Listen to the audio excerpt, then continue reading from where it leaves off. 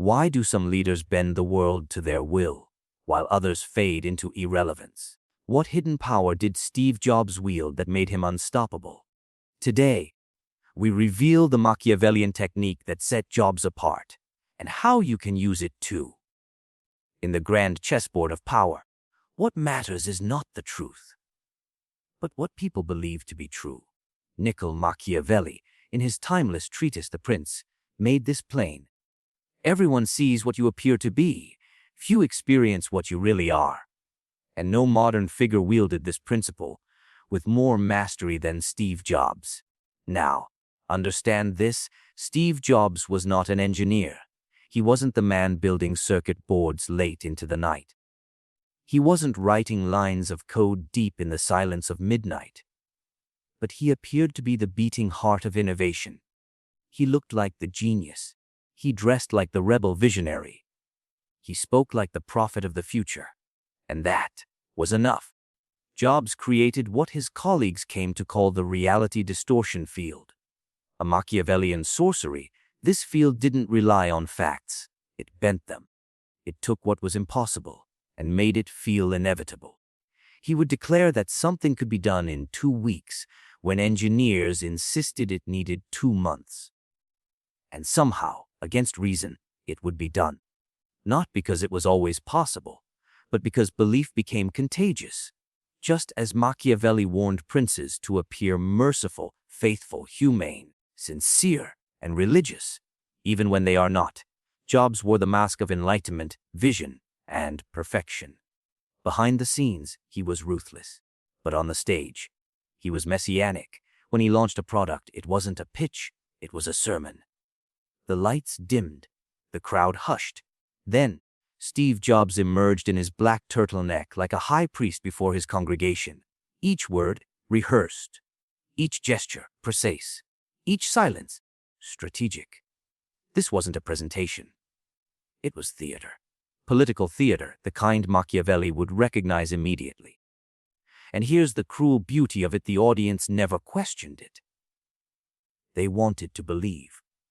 And Jobs gave them something to believe in. He made technology feel holy. That's perception as power. Think of it. If you walk into a room and say you're a genius, few will believe you. But if you speak like one, demand like one, and expect to be treated like one, suddenly, others begin to see what isn't really there. That's not lying. That's leadership by illusion, the Machiavellian kind. Steve Jobs didn't just sell products.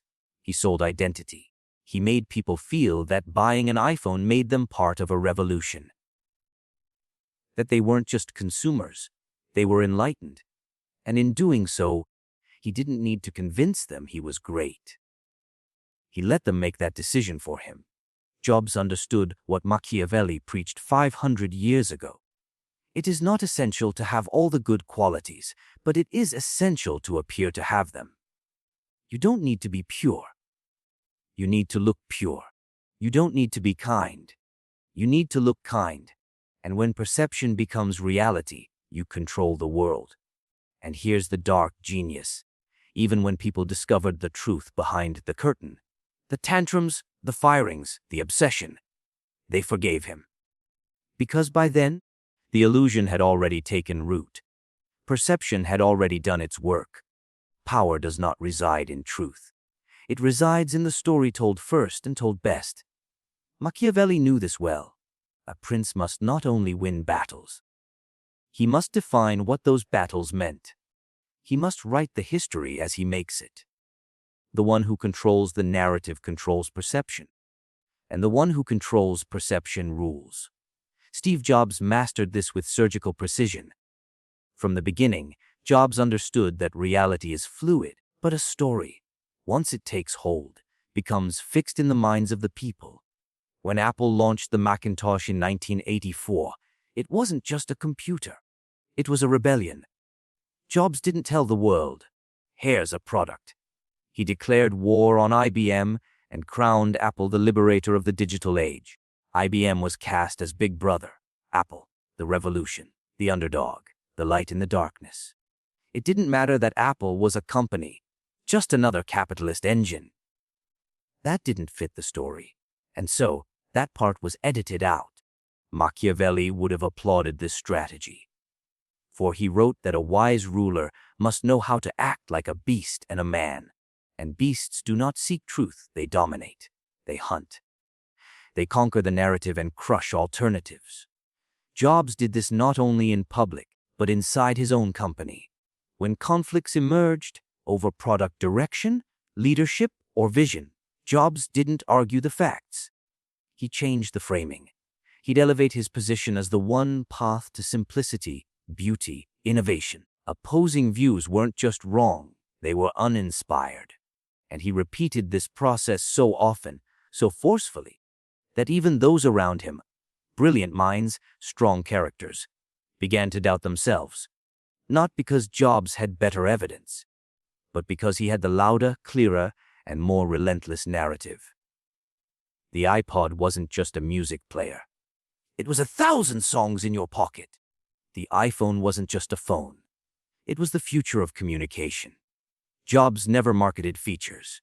He offered transformation, and once the narrative had been seeded, journalists, customers, competitors, they echoed it like a chorus under his baton. When Apple stumbled, when products failed or timelines slipped, Jobs rarely explained or apologized. He redirected. He shifted attention. He told a bigger story, one that drowned out the details. Where others defended themselves, Jobs redefined the battlefield. He never let someone else tell the story for him. Because here's what Machiavelli knew: the people do not follow truth. They follow conviction, certainty, emotion. The crowd does not check your math, they follow your myth. And Steve Jobs was a myth maker of the highest order. Even in moments of internal chaos, when employees were quitting, when stock was down, when Apple was seen as doomed, Jobs could walk on stage, speak a few sentences, and shift the collective mood. The world would forget the numbers. They would remember the moment. The narrative had spoken, and narrative is everything. Fortune, says Machiavelli, is like a wild river. It is powerful. It is unpredictable. It can flood cities and destroy kingdoms. But the wise prince, the cunning leader, is not at its mercy. He prepares. He builds dams. He digs canals. He shapes the course of the water before the storm comes. Steve Jobs was no mere victim of luck. He was its architect. To the casual observer, Jobs' triumph with the iPhone may seem like perfect timing. The world was ready. The market was hungry. The competitors were clumsy. But those who believe it was fortune alone are blind to the deeper game. The game of anticipation, of preparation, of ruthless design. For years before the world saw the iPhone, Jobs was already aligning his pieces. He wasn't waiting for luck. He was building the conditions in which luck would obey. Machiavelli warns that a prince who relies on luck will fall the moment it turns against him. But a prince who prepares, who anticipates the winds, who fortifies his position, can force fortune to serve his will. Jobs lived this truth with brutal clarity. Long before the iPhone, he began acquiring the pieces, the software team from Nextd, the sleek simplicity of iPod design, the control over hardware and software under one roof. None of these things were accidents. Each was a brick in the fortress. When Apple launched iTunes, many thought it was just a music app. But Jobs knew it was a Trojan horse. He was training the world to sync their lives with Apple. He was quietly taking control of digital content, habits, expectations. And when the iPhone arrived, users were already within the walls, already loyal, already primed. Other companies had smartphones, but they were clunky, fragmented, designed by committee. Jobs understood what Machiavelli spelled out centuries ago. A prince must take great care that nothing comes out of his mouth which is not full of the 5 qualities: virtue, command, preparation, strategy, and spectacle. The iPhone was all of these at once. It wasn't just a device. It was the culmination of long planning disguised as a miracle. Jobs didn't just respond to the future. He designed it. While others studied trends, he studied timing, when to strike, when to wait, when to move while others slept. Machiavelli admired Cesare Borgia for this same reason, not for being lucky, but for knowing when fortune could be used like a blade. And like any great prince, Jobs did not prepare openly. His moves were cloaked in secrecy. Apple became a kingdom of locked doors and hidden blueprints. Employees knew only what they needed to know. Leaks were punished. Competitors were distracted by old battles, while Jobs built a weapon none of them saw coming. That's the difference. The average leader reacts to opportunity.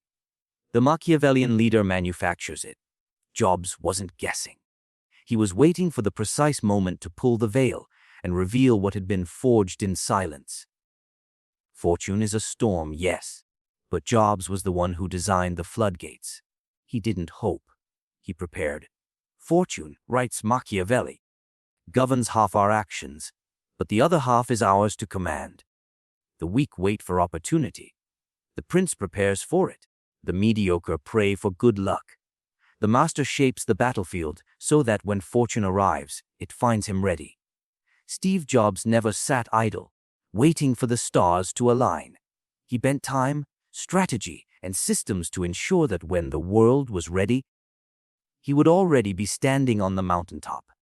You see, the iPhone wasn't just released at the right moment. The moment was built around the iPhone, and before that moment arrived, Jobs had already sculpted the path. The mistake of most leaders is believing success is about predicting trends. That if they guess correctly, they will ride the wave. But Machiavelli makes it clear the prince does not predict the flood. He builds the dam. He does not wait for chaos. He designs order. Jobs was not merely intuitive. He was meticulous. He didn't chase the market. He laid traps for it. Years before the iPhone, Jobs orchestrated a slow conquest. The iPod was never just about music. It was about design, about control, about locking users into an ecosystem they didn't know they were entering. iTunes was not a convenience. It was a gateway. The software that seemed innocent and helpful was in fact the first strand in a digital web. And what did that web do? It prepared the user. It trained them. It taught them the Apple way, so that when the iPhone finally appeared, sleek, touch-controlled. Unlike anything before it, the world was not only ready, it was already dependent. Competitors may have had the hardware. They may have had the engineers, but they had not prepared the environment. Jobs had. Machiavelli reminds us that fortune is like a violent river. It will flood and destroy, but the wise leader, in times of peace, builds defenses. This is why the iPhone's success was not just about the product itself. It was about the years of silence, strategy, and positioning that led to its unveiling. The partnerships, the patents, the secrecy, the software groundwork, all invisible until the curtain rose. And that preparation didn't stop with products. Jobs rebuilt Apple's internal structure to reflect this same philosophy. A unified hierarchy, all decision-making flowing through him. One vision, one voice, one prince. There was no committee to slow him. No democracy to dilute ambition. Every move was aligned under a singular command, a calculated design to move faster than chance. While rivals bickered over features and fumbled over fragmented platforms, Jobs kept his circle tight and his vision tighter. He did not wait to be proven right. He made it impossible to be wrong. Because everything was in motion before the world noticed. Like a general who arranges the battlefield before dawn breaks, he moved first and then waited for the world to catch up. This is the mark of the prepared prince. He does not just see the future. He builds the roads to it. Jobs did not need luck, because he created inevitability. Every step looked like boldness, but behind each was a blueprint. Hidden, silent, ruthless preparation, the kind only a Machiavellian mind would understand. Now you see it. The myth of Steve Jobs was no accident. It was not a gift from the gods. It was power wielded with intention, ruthless, elegant, strategic. He mastered perception, not by chance, but by design. He controlled the narrative, not with facts, but with force. He used cruelty with precision, not for pleasure, but for purpose. And when fortune stirred, he was already prepared, his empire fortified, his enemies unaware. Jobs did not follow Machiavelli's teachings. He embodied them. This is the secret most won't tell you. Greatness, real greatness, is not born. It is built, layer by layer, lie by lie, truth by truth, until it can no longer be ignored. Jobs was not unstoppable because he was kind, not because he was brilliant, but because he understood the laws of power, and he had the will to obey them. So the question now turns to you. Do you wait for fortune? Or do you prepare? Do you beg for truth? Or do you shape belief? Do you follow? Or do you rule? Because in the end, as Machiavelli taught us, and as Steve Jobs proved, it is better to be feared than loved if you cannot be both.